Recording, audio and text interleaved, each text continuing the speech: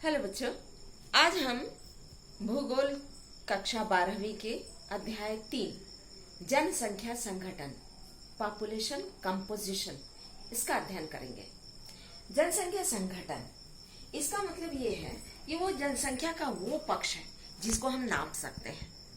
नहीं? कौन सा पक्ष?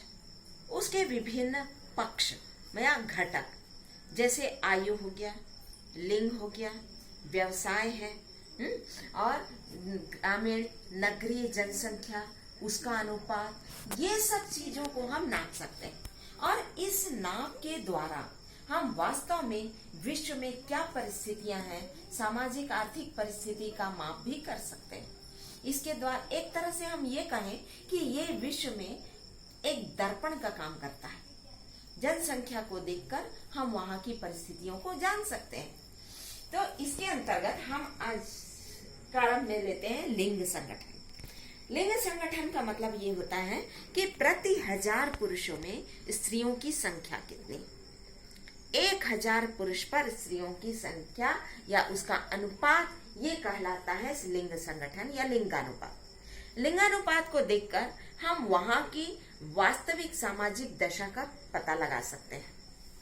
जितने भी विकसित देश हैं उस स्थान पर स्त्रियों की संख्या ज्यादा होती है, जबकि कोई पिछड़ा क्षेत्र है या फिर कोई विशेष परिस्थिति का क्षेत्र है, वहां जनसंख्या जो होती है इसमें स्त्रियों की संख्या काफी कम होती है। अच्छा, तो इसमें नापने के लिए, लिंगानुपात को देखने के लिए हम एक सूत्र का उपयोग करते हैं। जैसे भारत में लिंगानुपात के लिए स्त्रियों की जनसंख्या बटे पुरुषों की जनसंख्या गुणित 1000, इसका जो प्रतिफल आता है वह होता है भारत में महिलाओं की संख्या अपने से स्पष्ट हो जाती है। अच्छा, इसका ठीक उल्टा संयुक्त राष्ट्र संघ ने जो इसके लिए फार्मूला दिया है, उसमें स्त्रियों की संख्या पर पुरुषों की संख्या देखी जाती है। हाँ, तो पुरुषों की संख्या बटे स्त्रियों की जनसंख्या गुणित 1000, ये है संयुक्त राष्ट्र संघ और कुछ अन्य देश ना। ये लोग पुरुषों की जनसंख्या देखते हैं स्त्रियों की जनसंख्या पर, लेकिन ये दोनों 1000 जनसंख्या पर देखते हैं। अब इसके द्वारा हम वहां की स्थिति ज्ञात करते हैं। इसके आधार पे हम भारत की दृष्टिकोण से देखते हैं तो विश्व में लिंगानुपात 982 स्त्रियां प्रति 1000 पुरुष है, और संयुक्त राष्ट्र संघ की दृष्टि से देखें तो 1017 पुरुष प्रति 1000 स्त्रियों पर होती है। ये है विश्व में लिंगानुपात।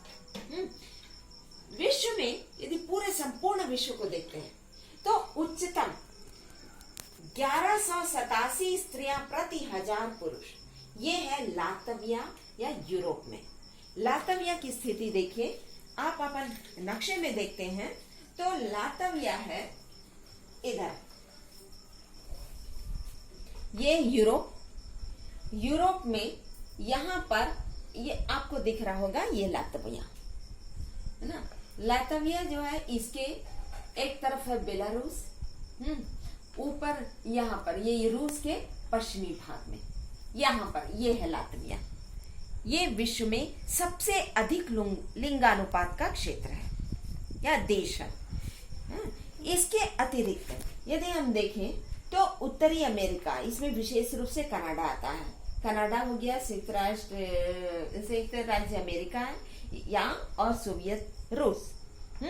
इसके अतिरिक्त और देखें तो अपन जापान, ये देश ऐसे हैं जहां पर लिंगानुपात उच्च है, स्त्रियों की संख्या अधिक है। और आप लोगों को ये पता होगा कि यह देश जो है विकसित देश है। इसके विपरीत निम्नतम लिंगानुपात है संयुक्त अरब अमीरात में। संयुक्त अरब अमीरात है ये कैसे, आप कैसे लोकेशन देखेंगे, हिंद महासागर, ये अरब सागर ना, फिर ये यहाँ पर अपन आते हैं तो यहाँ है ओमान की खाड़ी और इस तरफ है फारस की खाड़ी। तो ओमान की खाड़ी और फारस की खाड़ी के बीच में यहाँ पर, यहाँ दिख रहा होगा आपको, ये है संयुक्त अरब अमीरात। यहाँ पर जो स्त्रियों की संख्या है ये है 468 स्त्रियां प्रति 1000 पुरुष। इसके अतिरिक्त और भी जो पश्चिमी एशिया के देश हैं, ये है सऊदी अरब है, पाकिस्तान है, अफगानिस्तान है, ये सऊदी अरब, अफगानिस्तान, पाकिस्तान, भारत, है ना, ये इसमें चीन भी आ जाता है। ये सभी ऐसे देश हैं जहाँ की स्त्रियों की संख्या पुरुषों की संख्या से कम है ना। और इन सब देशों को देखें तो ये सभी विकासशील देश हैं। तो इससे हमको ये पता चलता है कि जो विकसित देश है वहाँ स्त्रियों की संख्या अधिक है, जबकि विकासशील और पिछड़े देश हैं वहां पर स्त्रियों की संख्या कम है। ये चीज हमको यहाँ पर से पता चलती है। लिंगानुपात को प्रभावित करता है, एक तो जन्म दर है, एक मृत्यु दर है, एक है प्रवास और एक है युद्ध। अब अपन देखते हैं यहाँ पर तो जन्म दर की दृष्टि से अपन देखें तो जहां पर जन्म दर उच्च होगा वहां पर लिंगानुपात कम होगा। एक तो ये हो गया। दूसरा मृत्यु दर यदि उच्च होगा तो लिंगानुपात कम होगा। तो कहने का मतलब यहाँ जन्म दर और मृत्यु दर दोनों यदि उच्च होता है तो लिंगानुपात यहाँ पर निम्न होता है। इसका उल्टा प्रवास, जिस क्षेत्र से प्रवास होता है, जिसको अपन इसके पहले उत्प्रवास के नाम से जाने थे, तो प्रायः प्रवास पुरुष लोग अधिक करते हैं, तो वहां पर स्वाभाविक रूप से पुरुषों की संख्या कम हो जाएगी। तो अपन इसको उत्प्रवास शब्द से देखते हैं, तो जिस क्षेत्र से लोग दूसरे क्षेत्रों में प्रवास करते हैं वहां पर लिंगानुपात की दृष्टि से स्त्रियों की संख्या वहां ज्यादा रहेगी, पुरुषों की संख्या वहां कम रहेगी, क्योंकि वो वहां से चले जाते हैं। फिर उसके बाद एक है युद्ध जहां होगा या फिर ऐसी स्थिति बनती है तो सैनिकों के रूप में युद्ध के लिए वहां से लोग प्रवास कर जाते हैं। तो पुरुष प्रवास कर जाते हैं, महिलाओं की संख्या वही रह जाती है। तो इस तरह से प्रवास और युद्ध, इन दोनों परिस्थितियों में लिंगानुपात अधिक होता है, स्त्रियों की संख्या अधिक होती है, जबकि जन्म दर उच्च और मृत्यु दर उच्च होता है वहां पर लिंगानुपात न्यून होता है या फिर महिलाओं की संख्या यहाँ पर कम होती है। ये हो गया अपना लिंगानुपात। फिर उसके बाद देखते हैं आयु संरचना। आयु संरचना या संगठन, इसकी दृष्टि से अपन देखें तो आयु के आधार पर ही मानव की कार्य क्षमता पता चलती है। जैसे जो बच्चे होते हैं 15 वर्ष से कम या फिर 60 वर्ष से अधिक, ये जो आयु का वर्ग है ये कार्य करने में उतना सक्षम नहीं होता है और आर्थिक दृष्टि से ये लोग ज्यादा योगदान नहीं दे पाते हैं। लेकिन सोचने समझने की क्षमता ये सब बड़े लोगों में या वृद्ध वर्ग में ज्यादा होती है और युवा वर्ग में ज्यादा होती है, बच्चों में वो कम होती है। तो ये सब चीजें जो है वो सामाजिक आर्थिक स्थिति को प्रभावित करती हैं। आयु वर्ग को प्रभावित करने वाले जो कारक हैं उनमें है जन्म दर, मृत्यु दर और प्रवास। ठीक, अब यहाँ पर देखिए युद्ध कट गया, ये 3 इसमें भी आ गए, ये जो शामिल है। उच्च जन्म दर, बाल जनसंख्या अधिक, न्यून जन्म दर, उसमें युवा और वृद्ध जनसंख्या अधिक, है ना। तो इसमें यह है कि जन्म दर यदि अधिक होगा तो फिर बच्चों की संख्या वहां पर निश्चित रूप से ज्यादा हो जाएगी, है ना। और इसी प्रकार मृत्यु दर, शिशु मृत्यु दर यदि ऊंची होती है तो बाल जनसंख्या कम हो जाएगी, बच्चों की मृत्यु दर अधिक होने के कारण से, तो यहाँ पर बच्चों की संख्या कम हो जाएगी। और वृद्ध मृत्यु दर यदि कम हुई तो वृद्धों की संख्या अधिक होगी, है ना। तो इस तरह से ये एक तरह से पैमाना का काम करता है। फिर उसके बाद प्रवास प्रायः वही लोग करते हैं जो कि कोई आर्थिक उपार्जन करने में या फिर अपन ये कह सकते हैं पैसे कमाने में जो सक्षम होते हैं, वही लोग ज्यादा करके बाहर जाते हैं, है ना, ये रोजगार प्राप्ति के लिए।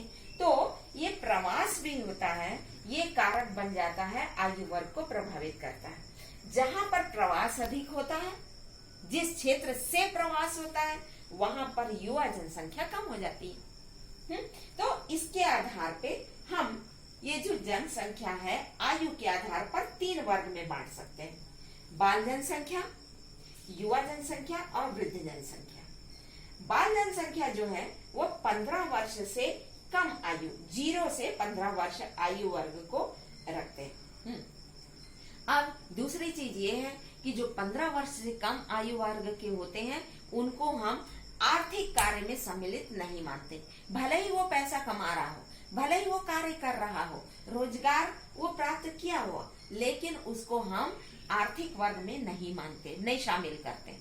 इसी प्रकार युवा वर्ग 15 से लेकर 59 वर्ष भारत में और अन्य विकसित देशों में 15 से लेकर 65 वर्ष तक के जो आयु वर्ग के होते हैं इनको हम युवा वर्ग के अंतर्गत शामिल करते हैं।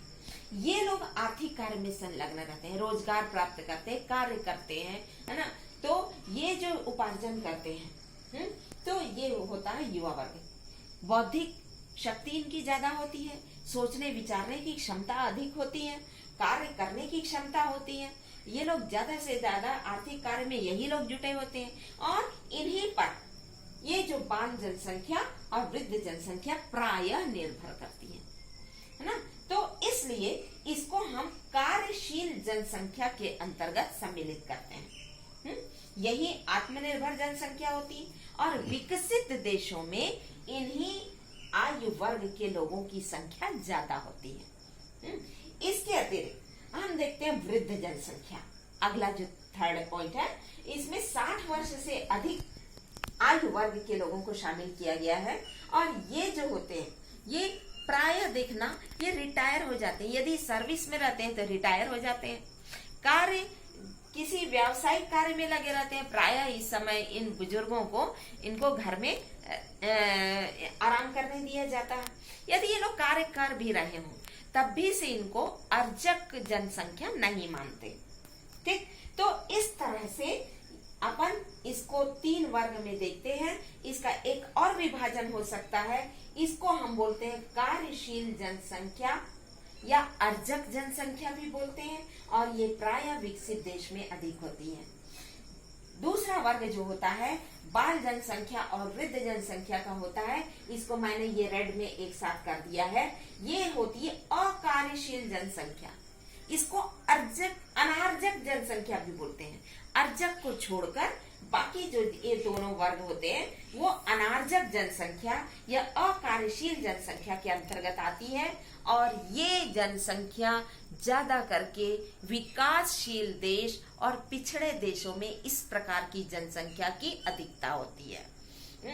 अब ये तो हो गया इसके अनुसार, आयु वर्ग के अनुसार।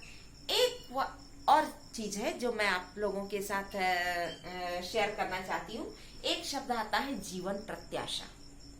जिस देश में जीवन प्रत्याशा ज्यादा होती है वह देश प्रायः विकसित होता है।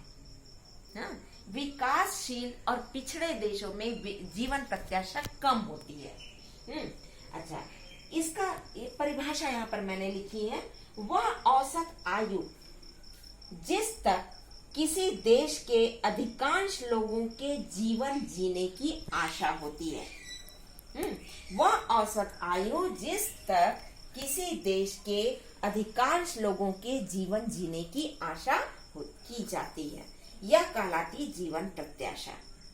विश्व में हम देखें तो जीवन प्रत्याशा है 63.3 वर्ष, जबकि भारत में जीवन प्रत्याशा 2011 के अनुसार 64.1 वर्ष है। तो जीवन प्रत्याशा के आधार पर भी हम उस देश का आकलन कर सकते हैं कि वह देश किस परिस्थिति में है। ठीक है, तो ये है आज का। निश्चित रूप से आप लोग समझ गए होंगे ना? Okay, thank you.